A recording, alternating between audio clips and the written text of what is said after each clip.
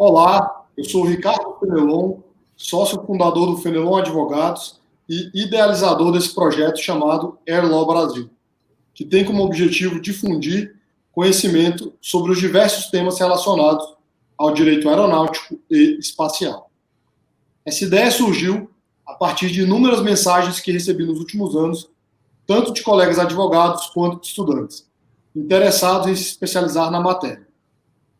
Ao longo das próximas semanas, vou conversar com os maiores especialistas do Brasil no assunto, para que eles possam contar um pouco sobre suas trajetórias profissionais, bem como avaliar um ou outro tema específico. Hoje temos a honra de receber o Ian Grosner, procurador federal e mestre em Direito Aeronáutico e Espacial pela Universidade de Leiden. O Ian também é vice-presidente da Comissão de Direito Aeronáutico, Aeroportuário e Espacial da UABDF, membro da Associação Brasileira de Direito Aeronáutico Especial e Espacial, SBDA, membro titular do Grupo de Trabalho do Comitê de Desenvolvimento do Programa Espacial Brasileiro, do Gabinete de Segurança Institucional da Presidência da República, que elaborou o anteprojeto da nova Lei Geral do Espaço e atualmente está lotado na subchefia de assuntos jurídicos da Presidência da República. Ian, seja muito bem-vindo ao Air Law Brasil, meu caro. Muito obrigado por ter aceitado o nosso convite. Muito obrigado, Ricardo. Eu que agradeço o convite. Realmente, parabéns pela iniciativa, pelo canal. Eu que te acompanho já há algum tempo, tenho visto aí o seu esforço para difundir tanto o direito aeronáutico e agora, mais recentemente, o direito espacial.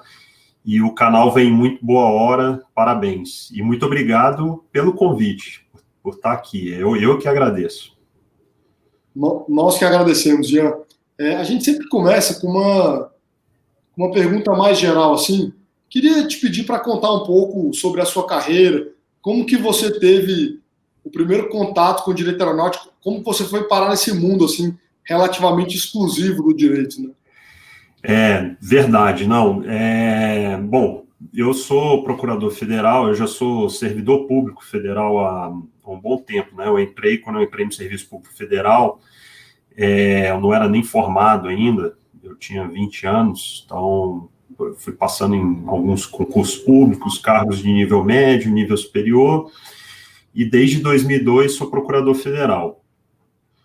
E, assim, e passei, enfim, tive várias lotações ao decorrer da minha carreira, né, das mais diversas, fui assessor na Procuradoria-Geral da República durante um bom tempo, fui assessor também no STJ, e dentro da AGU, a minha experiência, a maior parte do tempo foi dentro do contencioso, principalmente nos tribunais superiores, na Procuradoria-Geral Federal.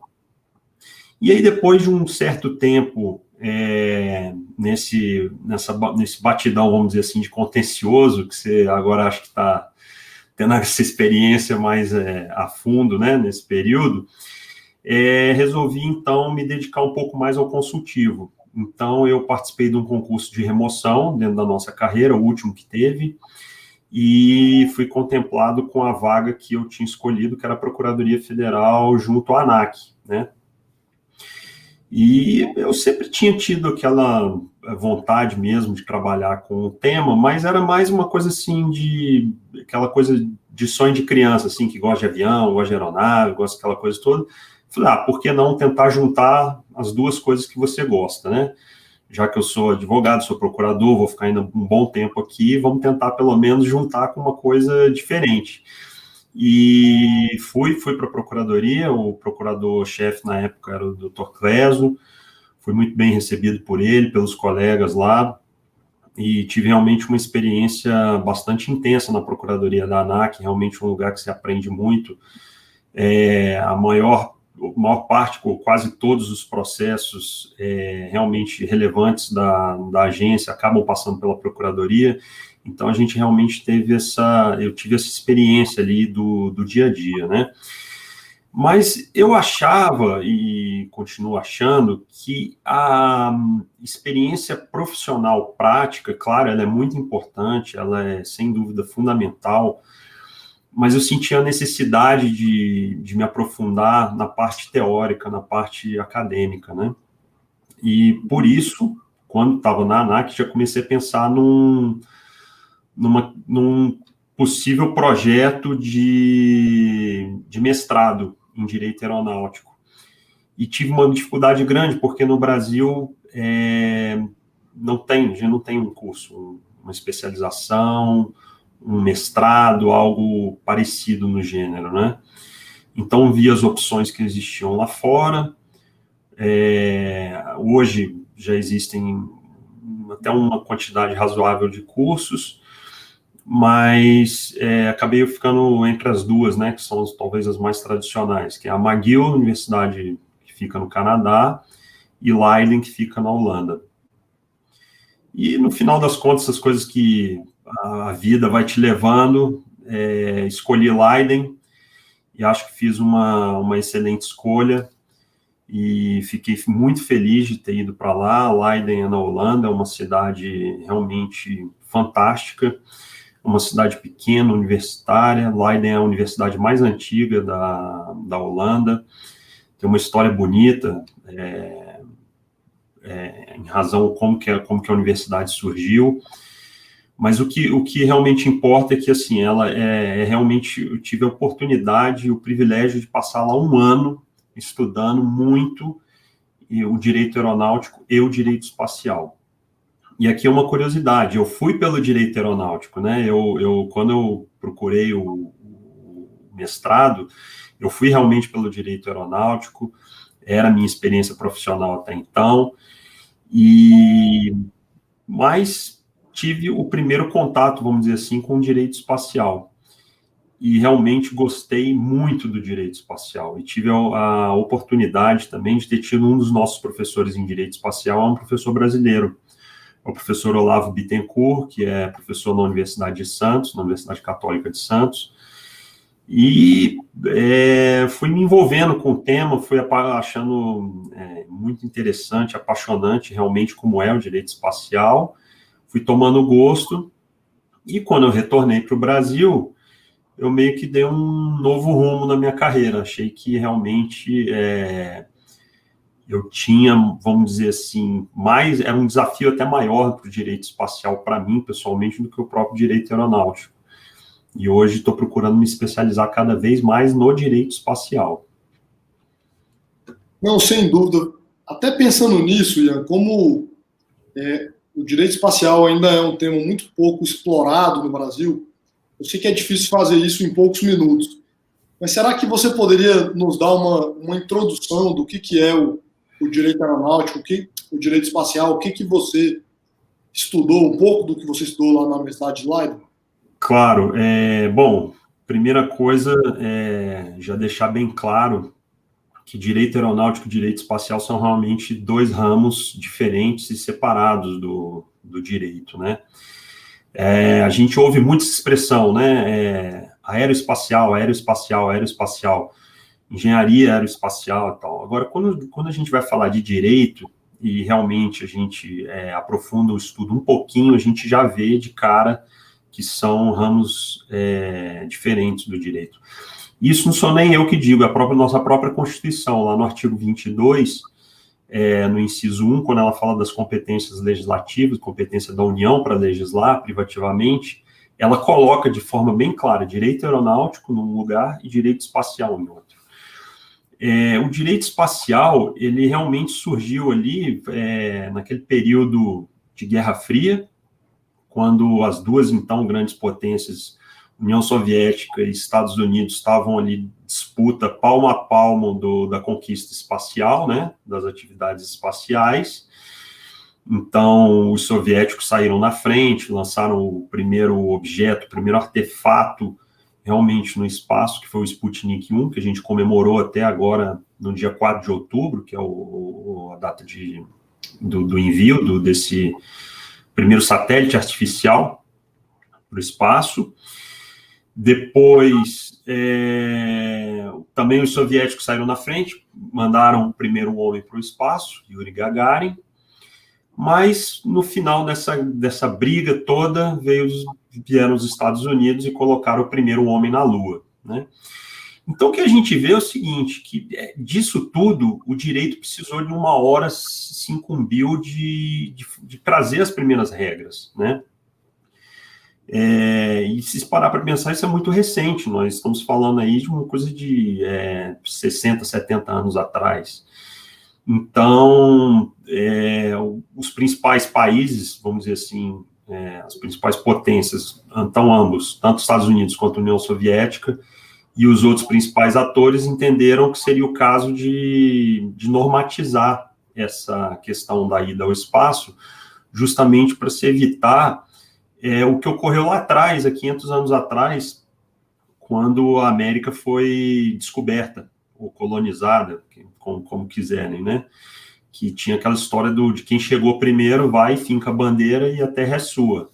Então, para se evitar isso, os principais estados se articularam e antes mesmo do homem pousar na Lua, em 1968, já foi assinado o Tratado do Espaço, que é o principal documento que hoje nós temos para tratar das atividades espaciais, principalmente entre os estados, né? Então, falando rapidamente, a gente já consegue ver uma diferenciação em relação ao direito aeronáutico. O direito aeronáutico, ele também surgiu, só que ele surgiu antes, né? Claro, até uma questão de lógica, a gente primeiro precisou voar para depois voar mais alto para ir para o espaço. Então, ele surgiu antes, surgiu com algumas regras anteriores, teve lá a Conferência de Paris em 1919, depois a coisa foi evoluindo, até vinha a Convenção de Chicago, e a gente tem as regras que regem um e outro internacionalmente são bem diferentes, né? Em algum aspecto elas podem se tocar, se encontrar, mas realmente são ramos do direito bastante distintos, e é curioso que tem colegas que conhecem muito de um, não conhecem absolutamente nada do outro, e vice-versa, né? Assim, então, é curioso. E eu fui um dos que realmente, quando cheguei em Leiden, não tinha a menor ideia do que se tratava de direito espacial, assim, era uma coisa muito abstrata, achava aquilo tudo muito abstrato e tal, e quando você começa a estudar, você começa a se inteirar do tema, você vai vendo quão apaixonante e que não é abstrato e que não é uma obra de ficção científica como muita gente acha, né? Então, é muito mais presente nosso do dia a dia do que a gente pode imaginar. Se você souber, claro, para estudantes, profissionais que possam se interessar pelo tema, onde que estaria a oportunidade comercial, assim, o que é discutido assim pelos principais advogados que tratam disso? Você saberia dizer? No direito espacial? Isso. Olha, eu tenho para mim que nós estamos vivendo realmente vamos dizer assim, uma segunda corrida espacial. Então, como eu falei anteriormente, aquele período União Soviética versus Estados Unidos ficou para trás. Ali eram os primeiros passos, né? As primeiras atividades espaciais realmente. Então, você estava ali, primeiro conseguiu realmente mandar algo para o espaço. Isso tem uma tecnologia, uma engenharia realmente por trás extremamente relevante. E passou o tempo, a gente vê hoje, né, nossa vida diária, quantas coisas a gente depende de coisas que estão no espaço, principalmente dos satélites, o GPS que a gente usa no celular, transações bancárias, enfim, são uma série de tecnologias hoje que são possíveis graças a essa atividade espacial e, em grande parte, ao próprio uso de satélites, né? Então, eu diria que hoje a gente está entrando numa segunda corrida espacial, né? É o chamado New Space. Então, eu tenho para mim, isso não é uma coisa tão certa, mas que a gente passou de um período que era totalmente estatal. Quando a gente pensa lá no início da atividade espacial, era totalmente estatal, era a NASA e a agência espacial soviética. Então, eram os estados praticamente ali botando, injetando todo o dinheiro, todo o capital, toda a tecnologia e conhecimento. Se seguiram outros países que a gente pode dizer que são realmente também modelos, a própria França, o próprio Reino Unido, a Índia, que é um país muito parecido com o Brasil, um país em desenvolvimento, mas que viu essa oportunidade lá atrás, desde os anos 60, 70, e não é à toa que hoje eles detêm não só a tecnologia espacial, mas como detém também a tecnologia nuclear, né? A gente não pode esquecer. Então, porque são coisas que andaram concomitantes. Hoje, a gente está num processo que eu diria de transição. Quando a gente lembra o voo da SpaceX no primeiro semestre desse ano, por que se falava muito, nossa, é um voo histórico, é um voo histórico? Porque realmente é uma companhia privada, totalmente privada, fazendo algo até então inédito mesmo, né? Fazendo uma atividade, propiciando uma atividade que até então é exclusivamente do Estado. É claro que tem muito dinheiro da NASA ainda nos projetos da SpaceX. A SpaceX não faz tudo absolutamente sozinha. Então, hoje a gente está vivendo mais ou menos o que poderia chamar de uma parceria público-privada no espaço, né? A NASA e as outras agências espaciais, elas ainda elas financiam de alguma forma, então os estados acabam financiando de alguma forma a essas empresas privadas a fazerem os lançamentos. Só que no futuro, eu tenho para mim que vai ocorrer mais ou menos como ocorreu na própria aviação civil, se a gente parar para pensar, né? Lá atrás também, as primeiras empresas eram empresas estatais, eram aquilo que a gente fala do orgulho de levar a bandeira, né? Então, as primeiras empresas, a KLM, que é a empresa mais antiga do mundo, as outras aqui na América do Sul nós temos a colombiana. Então, enfim, e todas levavam, né, naquela questão, e eram empresas estatais. Depois elas foram aos poucos privatizadas, e aí até a chegada das low costs, então, capital 100% privado, né? Eu acho que isso vai ocorrer também nas atividades espaciais. Eu tenho para mim que num futuro, e não diria nem tão longe assim, acredito que dentro de 20, 30 anos, não que os estados não terão mais interesse em fazer lançamentos e mandar e eventualmente pagar. Só que eu acho que é isso, eles vão acabar pagando para terceiros, para o privado fazer o lançamento. E eu acho que essas empresas que vão dominar o mercado, vão ser os grandes players do mercado, e o Estado continuará tendo uma função específica e essa indelegável, que é a função de normatizar e principalmente de garantir a segurança dessas operações, né? Então, não é que o Estado vai estar totalmente alijado do processo, mas a atividade em si, ela vai ser basicamente privada. Isso no futuro. Hoje nós estamos ali no meio termo, eu poderia dizer. Então, como que eu acho que os advogados, os bacharéis em direito, as pessoas que se interessarem poderão entrar nessa área? Primeira coisa, especialização. Me parece muito claro que se a gente não se especializar, a gente não vai avançar, né? O Brasil, eu estava falando isso para você no início, realmente a gente não tem ainda cursos realmente aqui, seja na própria graduação e seja posteriormente uma extensão, ou mesmo uma pós-graduação ou um mestrado, e um doutorado específico nessas áreas de direito aeronáutico e direito espacial. As pessoas acabam tendo que procurar se especializar fora.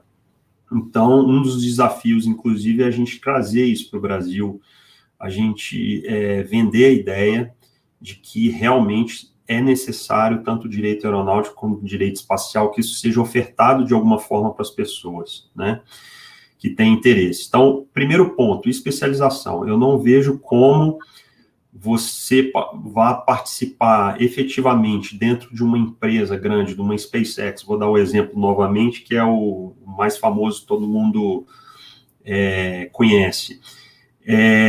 Para ela vir para um projeto para o Brasil, e não ter um advogado especializado, não ter alguém ali que vai liderar esse projeto e que tenha essa especialização, né? A gente vê a especialização em outras áreas do conhecimento. Na medicina é muito comum, né? Assim, as pessoas se especializam em outras áreas do conhecimento também. Então, assim, no direito a gente tem uma mania de querer ser generalista demais aqui no Brasil. A gente, todo mundo sabe tudo. Claro, você quando sai da faculdade, você tem que saber mesmo o básico das matérias em geral. Então, você sai lá com um conhecimento claro de direito constitucional, direito administrativo, civil, penal, trabalhista, enfim, essas mais tradicionais. E a gente não busca realmente uma especialização a fundo mesmo. Quando eu falo especialização, é especialização mesmo. Aqui eu estou dando esse exemplo do mestrado, que você faz o mestrado nos dois, em direito aeronáutico e direito espacial, mas a maior parte das pessoas depois acaba tendo que optar por um dos dois. Você pode até ter bom conhecimento de ambos, mas, assim, para você realmente se especializar e se tornar uma referência naquele assunto, você vai ter que estudar muito, todos os dias, tudo daquele assunto. Então, acho que especialização é um caminho sem volta, e nós precisamos resolver isso no Brasil na questão do direito, né? Eu costumo dizer, Fenelon, que nós temos aqui excelentes cursos, por exemplo, de engenharia aeroespacial. Nós temos 7 cursos ofertados hoje em engenharia aeroespacial por universidades públicas. E não temos nada de direito espacial no Brasil, né?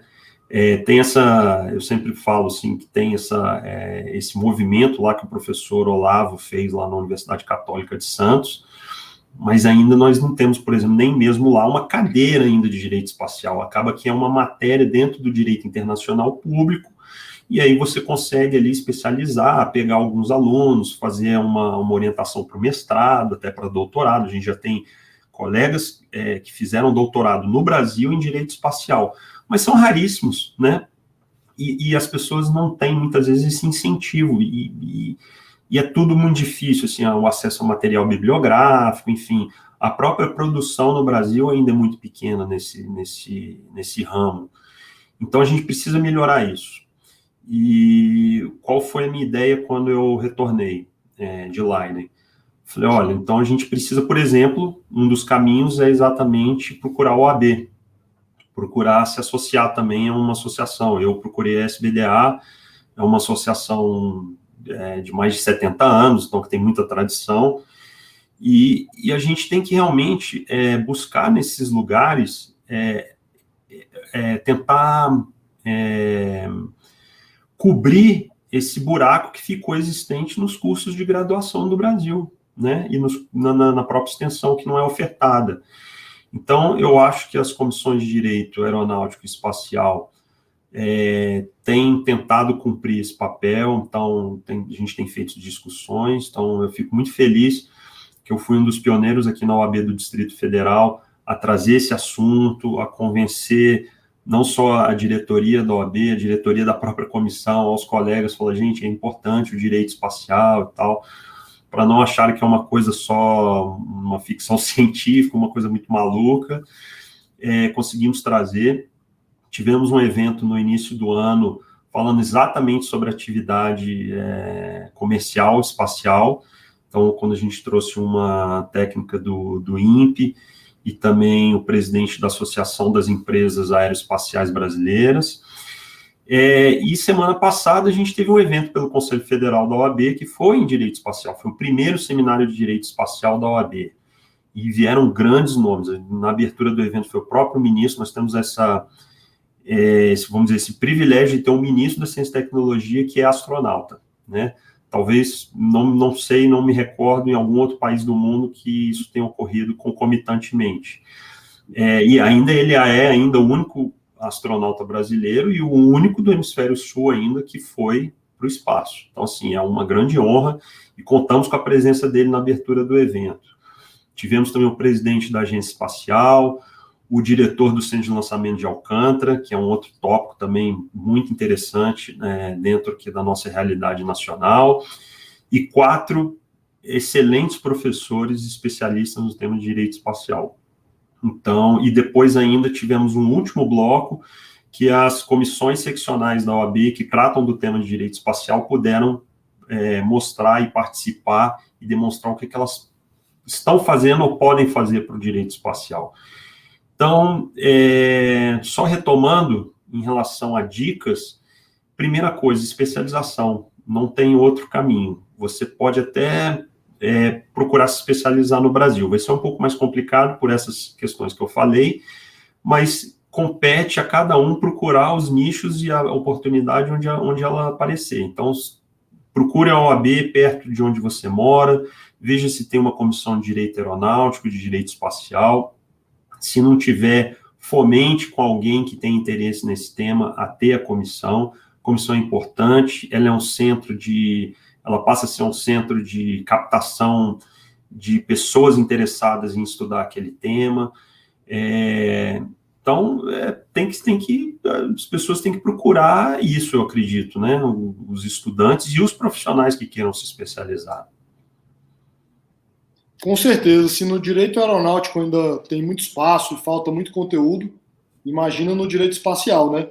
Aproveitando, Ian, parece que hoje foi assinado o acordo Artemis, é correto isso? Será que você poderia comentar rapidamente aí do que trata esse acordo? Pois é, então o acordo Artemis, o Artemisa, o Artemisia, né, foi assinado hoje é realmente uma data histórica no direito espacial e nas atividades espaciais mundiais, eu diria, né, então dia 13 de outubro de 2020 realmente foi uma data especial. Artemis, você sabe, Fenelon, por que Artemis? Não, eu não. Então, Ártemis é o seguinte, Ártemis é a deusa grega, né, ligada à vida selvagem e à caça, e mais tarde também se tornou associada à lua e à magia. E aqui que é a questão, ela era filha de Zeus e irmã gêmea de Apolo. Aí a gente tem que lembrar lá daquele iniciozinho que eu falei das primeiras atividades espaciais. Qual foi o programa que levou o homem à lua? Foi justamente o programa Apolo. Foi um conjunto de missões, os Estados Unidos fez um investimento maciço de dinheiro, né, entre 61 e 72, e finalmente, em 20 de julho de 69, eles colocaram lá com Apolo 11 o primeiro homem que pisou na Lua. Então, o que são esses acordos Artemis, né, tão falados hoje em dia dentro da atividade espacial? Bom, eles são uma tentativa de se organizar a exploração da Lua com fins comerciais, isso é importante que se diga. E por que esse nome Artemis, né? Por que ela é irmã de Apolo e por que eles estão usando esse nome? Bom, porque um dos objetivos também é levar a primeira mulher à Lua. Então, e também os próximos homens, né, que vão pisar na Lua, mas a primeira mulher. Então, daí que veio o nome Artemis, justamente para fazer essa homenagem. Se busca fazer isso até em 2024, a gente ainda não sabe, né, essa questão de prazo nas atividades espaciais, elas realmente, você não pode cravar ali com certeza, mas é um objetivo. E o objetivo a longo prazo é estabelecer realmente a presença humana sustentável na Lua, né? Criando uma fundação para que empresas privadas construam uma economia lunar e, eventualmente, enviem humanos para Marte. E isso a SpaceX já anunciou essa intenção. Então, hoje, a gente tem o quê? Sempre uma presença humana na Estação Espacial Internacional. A ideia é que a gente consiga reproduzir esse modelo para a Lua. Então, na Lua vai ser realmente um assentamento, vão ter bases lá, lunares mesmo, e a presença humana lá. E qual que é uma das grandes propostas, não só do acordo Artemis, mas de qualquer nova exploração para a Lua? Bom, você fazer da Lua um entreposto para explorações para outros lugares, por exemplo, para Marte. E é justamente o que a SpaceX quer fazer, né? E aí a gente tem que lembrar o seguinte, o acordo Artemis ele tem todo um fator geopolítico espacial aí envolvido, né? A própria Agência Espacial Europeia, por hora, não quis se envolver, eu acho que ela prefere um modelo diferente, ela tem um modelo próprio, ela tem que chama Moon Village, porque um outro jeito, ela quer mais tratar da questão não de forma bilateral, mas de forma multilateral. Rússia e China já falaram também que são contra, né? E elas pretendem, Rússia e China, estabelecer um acordo entre elas e falam também em lançar um programa próprio. E o grande diferencial aqui é o seguinte, é a questão da mineração. O propósito declarado do projeto Artemis é que seja possível fazer exploração mineral na Lua, né? E isso, já do ponto de vista científico, é uma coisa que se parece bastante plausível para os próximos 20 anos. E o cenário mais provável é que você não é para trazer esses recursos para a Terra, para você usar aqueles recursos na própria Lua, ou muitas vezes usar como fonte de combustível para você fazer missões para fora, como por exemplo Marte. Então tem a possibilidade de extração do hélio 3, que é um derivado, um isótopo do hélio, né? E que ele pode ser usado como combustível de reatores de fusão. Então, hoje, foi durante o 71º Congresso de Astronáutica Internacional que foi assinado esse acordo por vários parceiros internacionais. Os países, então, que assinaram esse acordo junto com os Estados Unidos: Austrália, Canadá, Itália, Japão, Luxemburgo, Emirados Árabes Unidos, Reino Unido e Estados Unidos da América. Eu faço aqui uma observação para 3 países: Estados Unidos, Luxemburgo e Emirados Árabes Unidos. Os 3, nessa ordem, têm legislação nacional específica autorizando essa exploração dos asteroides, essa exploração mineral, o que a gente comumente chama de mineração espacial. Então, porque isso, do ponto de vista do Tratado do Espaço, aquele que foi assinado lá atrás, o primeiro, pode gerar alguma dúvida, né? Porque um dos princípios do tratado é dizer que você não pode se apropriar de um asteroide, enfim, você não pode fazer a apropriação. Por isso que o homem, quando foi na Lua, os Estados Unidos fincou a bandeira lá na Lua, os Estados Unidos não pode falar, opa, a Lua é minha, ninguém mais toca. Não pode. Isso pelo acordo não pode. Então tem toda essa discussão na doutrina, e principalmente no direito espacial, e isso é uma coisa que ainda não é muito bem resolvida dentro do COPUS, né, que é o órgão específico da ONU que trata de espaço. Mas esses países, de forma unilateral, fizeram sua legislação espacial e expressamente dão esse direito às empresas que forem explorar a se utilizarem desses recursos que obterem no espaço. Então, acredito que esse foi sem dúvida a grande notícia do dia de hoje nas atividades espaciais. Eu poderia falar aqui dos princípios, mas acho que ficaria muito extenso. E eu acho que o importante é que as pessoas saibam que nós estamos muito mais próximos do retorno da Lua do que possa parecer. Então, há, sim, uma grande tendência que daqui até 2024 isso ocorra.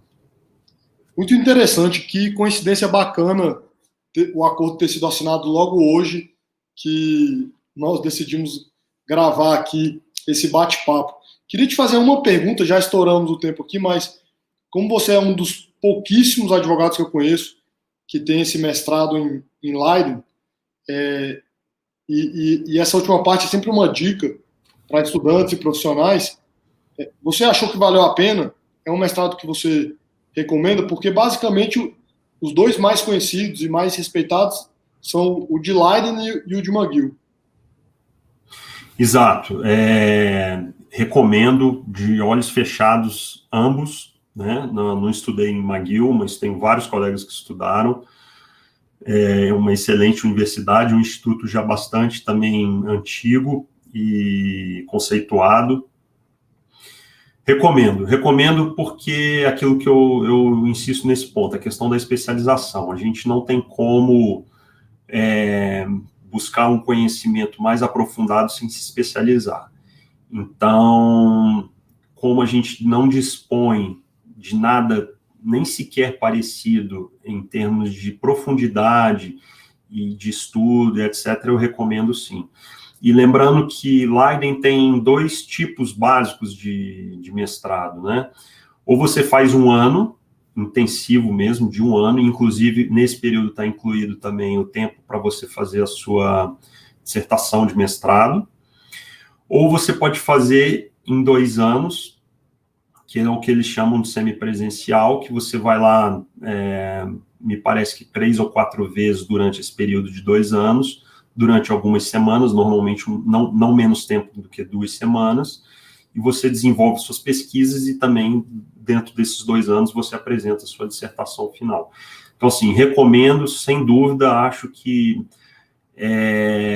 são importantes para quem realmente gosta e precisa se especializar, seja no direito aeronáutico, seja no direito espacial. Ian, muito obrigado aí pela aula, né? Não só pela presença, mas pela aula. Espero que as pessoas aproveitem aí essa rara oportunidade de ouvir um pouco sobre o direito espacial. Espero que você volte em breve aí para falar não só do direito espacial, mas também do direito aeronáutico, que você entende muito. Muito obrigado. Muito obrigado, Ricardo. Eu que agradeço. Desculpa ter entrado aí um pouco no tempo, mas realmente o assunto empolga e a gente vai dando vontade de falar e levar. E te agradeço mais uma vez pela oportunidade. Estou sempre à disposição para conversar sobre qualquer um dos assuntos, seja em direito aeronáutico, direito espacial. Gosto muito dos dois e será um grande prazer.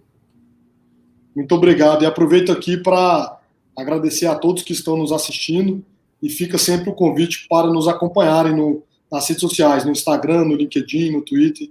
Um grande abraço a todos. Um abraço, adiastra, pessoal. Tchau, tchau.